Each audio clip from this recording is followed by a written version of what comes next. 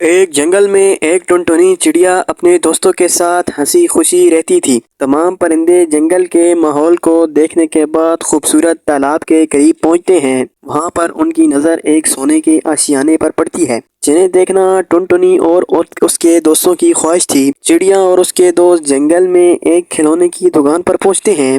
انہوں نے کھلونوں کی مدد سے ایک خوبصورت آشیانہ تیار کیا جسے دیکھ کر باقی جانور بھی بہت خوش ہوئے۔ اب ٹنٹنی جنگل میں تمام پرندوں سے گفتگو کرتی ہے۔ پرندوں، کیا تمہیں یہ آشیانہ اور جنگل کا ماحول پسند آیا ہے کہ نہیں؟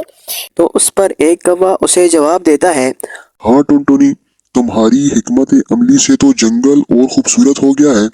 کیا وجہ ہے تمہاری عقل مندی کی؟ تو اس پر ٹنٹنی کوے اور باقی پرندوں سے مخاطب ہوتی ہے کہ میں جب بھی جنگل کی خاموشی کو محسوس کرتی ہوں تو میرے ذہن میں اس ماحول کو بہتر بنانے کی ترکیب آتی ہے کہ اس ماحول کو پرامن اور خوشحال کیسے بنایا جائے۔ تو اس طرح میں نے خوبصورت دکان دیکھنے کی کوشش کی جس سے آپ سب پرندے بہت خوش ہوئے۔ تو اس پر کوا جواب دیتا ہے، ہاں ٹنٹنی، تمہاری سوچ تو بہت اچھی ہے۔ کیا ہم جنگل میں رہتے ہوئے آپ جیسی سوچ اپنا سکتے ہیں؟ تو اس پر ٹنٹنی کہتی ہے، جی کوے، کیوں نہیں؟ اس طرح کے ماحول کو اپنانے کے لیے صرف آپ کو نہیں بلکہ جنگل کے تمام پرندوں کو کوشش کرنی چاہیے۔ تو اس پر کوا یہ تمام باتیں باقی پرندوں کو بھی بتاتا ہے کہ پرندوں، بات سنو، ہمیں اس جنگل کے ماحول کو خوبصورت بنانے کے لیے ایک اچھا لائے عمل اختیار کرنا ہوگا۔ اس پر ٹنٹنی کوے کی بات سن کر حیران ہوتی ہے اور اس سے کہتی ہے، ارے کوے، تم تو واقعی ایک عقل مندی کا مظاہرہ کر رہے ہو۔ ہاں ٹنٹنی، میں نے یہ تمام باتیں تم سے سیکھی ہیں۔ کیا تم میری ان باتوں سے اتفاق کرو گی؟ ہاں کوے، آپ اس جنگل میں ایک خیرخواہ پرندہ ہو جو اتنا خیال رکھ رہے ہو۔ میں بالکل تمہارا ساتھ دوں گی اور ہم دونوں جنگل کو مزید خوبصورت بنانے کی کوشش کریں گے۔ ایک دن جنگل میں مختلف درختوں سے پتے جھڑتے ہیں جنہیں دیکھ کر کوا اور ٹنٹنی دونوں بہت حیران ہوتے ہیں کہ یہ تو جنگل کی صفائی کو خراب کر رہے ہیں۔ تو اس پر ٹنٹنی کہتی ہے، کوے، یہ جو درختوں کے پتے گر رہے ہیں، کیا ہم ان کو روک سکتے ہیں؟ نہیں ٹنٹنی، یہ بھی جنگل کی خوبصورتیوں میں سے ایک خوبصورتی ہے۔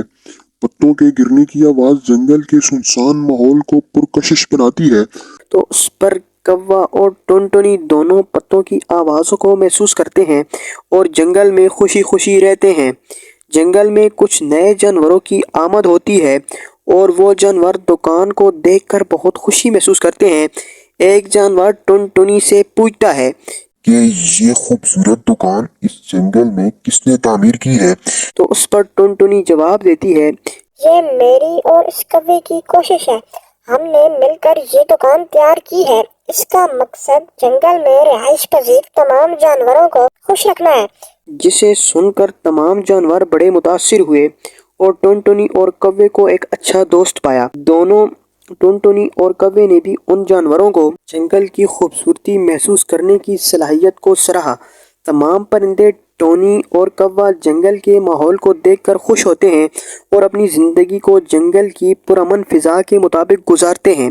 یہ کہانی ہمیں یہ سکھاتی ہے، کسی بھی چیز کو خوبصورت بنانے کے لیے مل جل کر رہنے اور دوسروں کو اپنے سے عقل مند سمجھنے اور ان سے مشورہ لینے سے ہی ہم ایک اچھے اور پرسکون ماحول کو تلاش کر سکتے ہیں۔